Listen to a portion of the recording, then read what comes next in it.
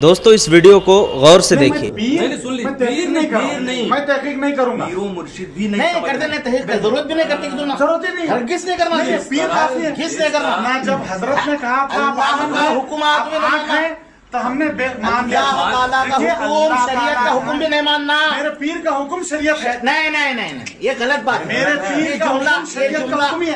یہ جملہ آپ کسی اچھے عالم دین مفتی کے سامنے بتائیے کہ اگر کوئی شریعت کا حکم بتا رہا ہے، پیر و مرشد کا حکم عین شریعت ہے، جو جملہ جو آپ بول رہے ہیں غلط ہے۔ اچھا عین شریعت غلط ہے، شریعت کا حکم میرے پیر کا حکم میرے لیے شریعت کا نہیں ہے۔ آپ نہیں کر کے آپ پوچھ رہے ہو ان سے، دیکھا جائے گا کہ حضرت نے جیسے مثال کے طور پہ حضرت اب بتا رہے ہیں، آپ وضاحت اب کر رہے ہیں کہ وہ شریعت کے خلاف ہے، نے تو کہا کہ ہر حکم کسی پیر کا آپ جیسے یہ ہے، آپ کسی اب آپ ان کو بتا دیں، نہیں بتا نہیں دیں، ہر حکم میں آپ سے پوچھ رہا ہوں، ہر حکم میں نے شریعت ہے، کسی مفتی سے پوچھ لیجیے۔ ہر حکم کی میں بات، میرے لیے میرے پیر کا حکم، میرے لیے میرے پیر کا حکم، اور میرے پیر جو ہے ایسا شریعت کے دائرے سے ہٹ کے کوئی حکم دیتے ہی نہیں، دیتے نہیں، ہمیں بھی یقین ہے، اسی لیے حضرت نے کہا ہے تو آپ کا مسئلہ حضرت ہی کے پاس نہیں، آپ وہیں کے وہیں رہیں گے، اب سب ایک بات بولو، آپ وہیں رہیں گے، چاہے میں جتنے دلائل آپ کے سامنے رکھوں۔ اب سب ایک بات بولو، ویڈیو کو دیکھنے کے بعد آپ نے کیا محسوس کیا کہ اختلافات ہیں، انتشار ہے، لڑائی ہے، جھگڑے ہیں، اور اللہ تعالیٰ نے ان تمام اختلافات کا صرف ایک حل بتایا ہے، فَإِن تَنَازَعْتُمْ فِي شَيْءٍ فَرُدُّوهُ إِلَى اللَّهِ وَالرَّسُولِ، کہ اگر تمہیں کسی چیز میں کوئی اختلاف ہو جائے تو اسے اللہ اس کے رسول کی طرف لوٹا دیا کرو۔ لڑائی یہاں شخصیت کی لڑائی ہو رہی ہے، جناب ماننے کے لیے تیار نہیں ہے، کہہ رہے نہیں ہمارے پیر صاحب کی بات ہی عین شریعت ہے۔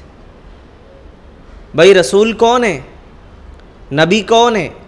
اللہ کی رسول۔ لقد کان لکم فی رسول اللہ اسوۃ حسنہ، کس کی زندگی اسوہ حسنہ ہے؟ پیارے نبی صلی اللہ علیہ وسلم کی۔ قل ان کنتم تحبون اللہ فاتبعونی، کس نے کہا؟ اللہ نے کہا کہ اگر تم مجھ سے محبت کا دعویٰ کرتے ہو تو میری اتباع کرو، میری بات مانو، میری پیروی کرو۔ اور یاد رکھیے کہ آج یہ جو بہت سارے اختلافات پائے جا رہے ہیں نا، کوئی کہہ رہا ہے ہمارا مسلک صحیح ہے، کوئی کہہ رہا نہیں ہمارا مسلک صحیح ہے، کوئی کہہ رہا نہیں ہم حق پر ہیں، کوئی کہہ رہا نہیں چاروں حق پر ہیں، کون حق پر ہے؟ کیسے فیصلہ کریں گے آپ؟ وَمَنْ أَحْسَنُ قَوْلًا مِّمَّنْ دَعَا إِلَى اللَّهِ وَعَمِلَ صَالِحًا وَقَالَ إِنَّنِي مِنَ الْمُسْلِمِينَ، کہ اس شخص سے اچھی گفتگو کرنے والا، اچھی بات کرنے والا کون ہو سکتا ہے جو لوگوں کو اللہ کی طرف بلاتا ہے اور کہتا ہے کہ میں مسلمانوں میں سے ہوں۔ ایک شخص جو صحیح منہج پر ہے وہ ہمیشہ لوگوں کو اللہ اور اس کے رسول کی طرف بلاتا ہے، وہ کسی شخصیت کی طرف نہیں بلاتا۔ اس لیے میں کہتا ہوں کہ ہمارے جو جھگڑے ہیں نا، ہمارے جو اختلافات ہیں، وہ چند منٹ میں حل ہو جائیں گے انشاءاللہ، بشرط یہ ہے ہم جو ہے اللہ اس کے رسول کی طرف رجوع کر لیں، اپنے تمام معاملات کو حل کرنے کی کوشش کریں۔ اللہ کے رسول نے کیا بات کہی ہے کہ میں نے تمہیں ایک ایسے واضح اور روشن شاہراہ پر چھوڑا ہے، لیلھا کا نہاریہ، جس کی راتیں بھی دن کے مانند روشن ہیں، اور اس سے وہی بھٹک سکتا ہے، وہی منحرف ہو سکتا ہے جس کے مقدر میں اللہ تعالیٰ نے تباہی اور بربادی لکھ دی۔ میرے بھائی اس ویڈیو کو دکھانے کا مقصد آپ جانتے ہیں کیا ہے؟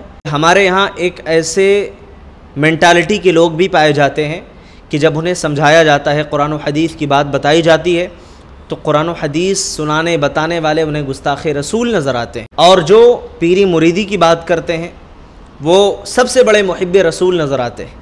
اس لیے میں کہتا ہوں کہ دیکھیے اسلام کے اندر پیری مریدی کا کوئی تصور نہیں ہے، کوئی تصور ہے ہی نہیں۔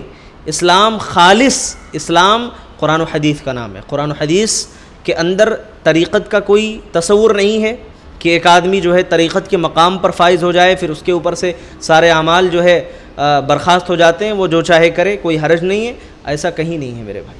اگر ایسا ہوتا تو سب سے پہلے پیارے نبی صلی اللہ علیہ وسلم جو کہ بخشے بخشائے ہیں، جن کے اگلے پچھلے سارے گناہ معاف ہو چکے ہیں، یہ مقام اور مرتبہ ان کو حاصل ہوتا۔ لیکن اللہ کے رسول بھی جب نماز پڑھتے تھے تو آپ کے پیروں میں ورم آ جاتا تھا، سوجن ہے نا۔